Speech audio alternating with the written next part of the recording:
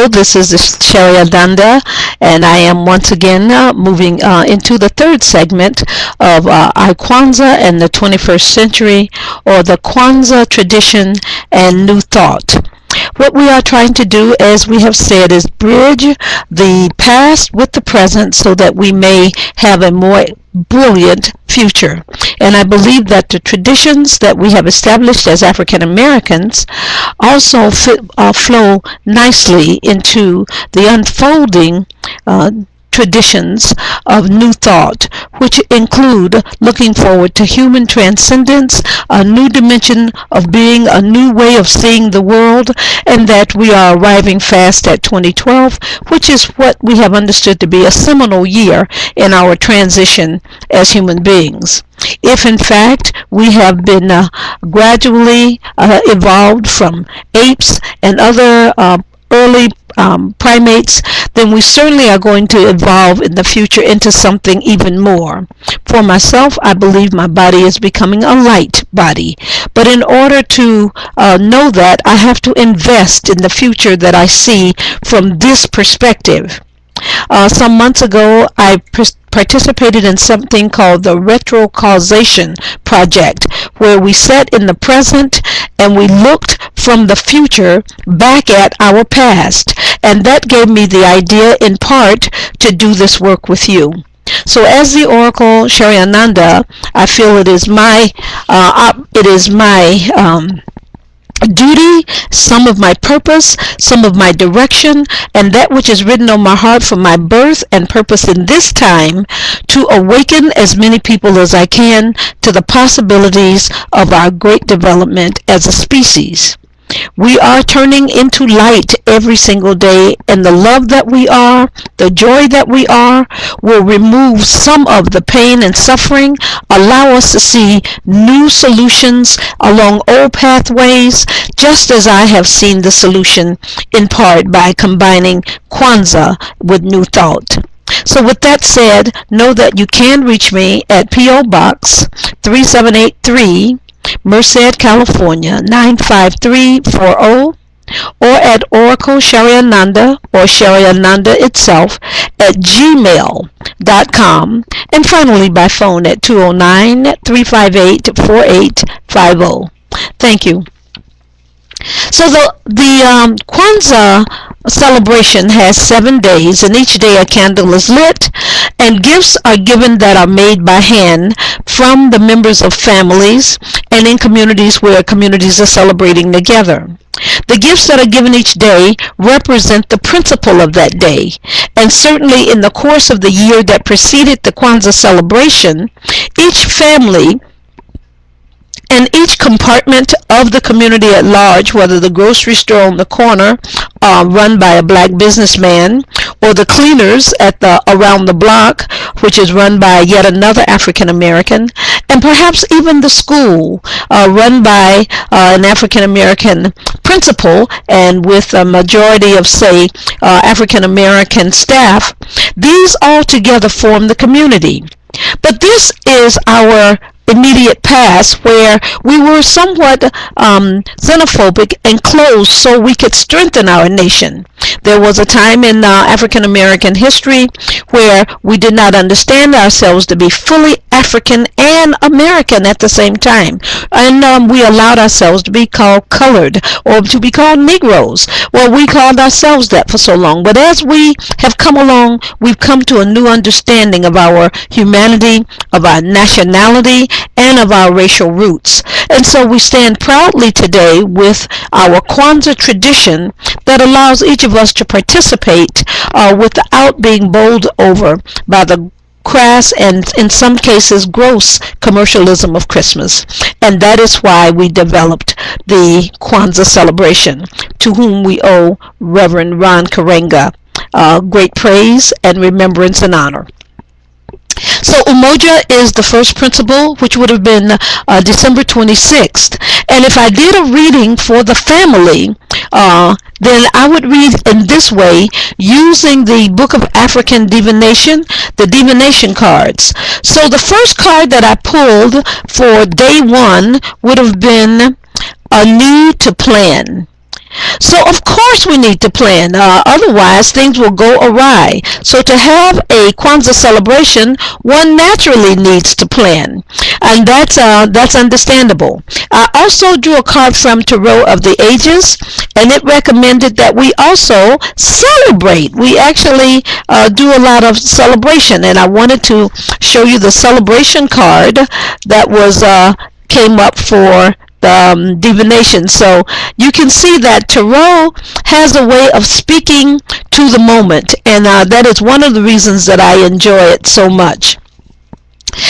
On day 2, we would be looking at self-determination. Now, in the past, self-determination would have had to do with us figuring out how we can best educate ourselves, how we can best stay off the track of, say, drugs or early pregnancy, or even simply dropping out of school. And self-determination would depend largely on one's parents and one's community working together to encourage you to get an education, to move forward, and to make something of yourself. In my own childhood, we would frequently say, be somebody. So day 2 is self-determination. In the traditional Kwanzaa celebration, the families and the communities would give each other gifts that would loan themselves to the idea of self-determination, and sometimes that might be a certificate to learn computer keyboarding, as it would be in this day, or it may be a pass to go to a certain lecture that might be inspiring and allow a person to think that they could possibly achieve the same kind of proficiency that whomever would be at the lecture would be demonstrating. So in terms of self-determination, the Kuji Chagalia would be a gift that would be given on that day.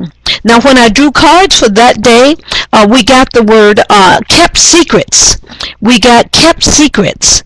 And so in the African Divination deck, kept secrets would then indicate that one would not gossip, one would not talk about one's neighbors, but one would encourage others to do the best that they could. So if you knew someone, or you knew somebody, or you knew something that could help another person determine their own path, find their own destiny, discover purpose and a sense of direction, then that would automatically keep you from saying that you have kept secrets that could in fact help others have self-determination. So that would be that reading.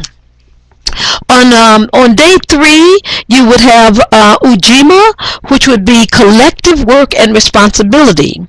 Now on that day, the families would give each other a gift, again, that would be handmade. It would not be purchased, and it would represent collective work. So let's say that there was a broken vacuum cleaner in the house, and the father and a son got together and they bought a new bag for it and a new brush and managed to correct the wiring somehow and made that thing work again, and that in and of itself would be a demonstration of collective work.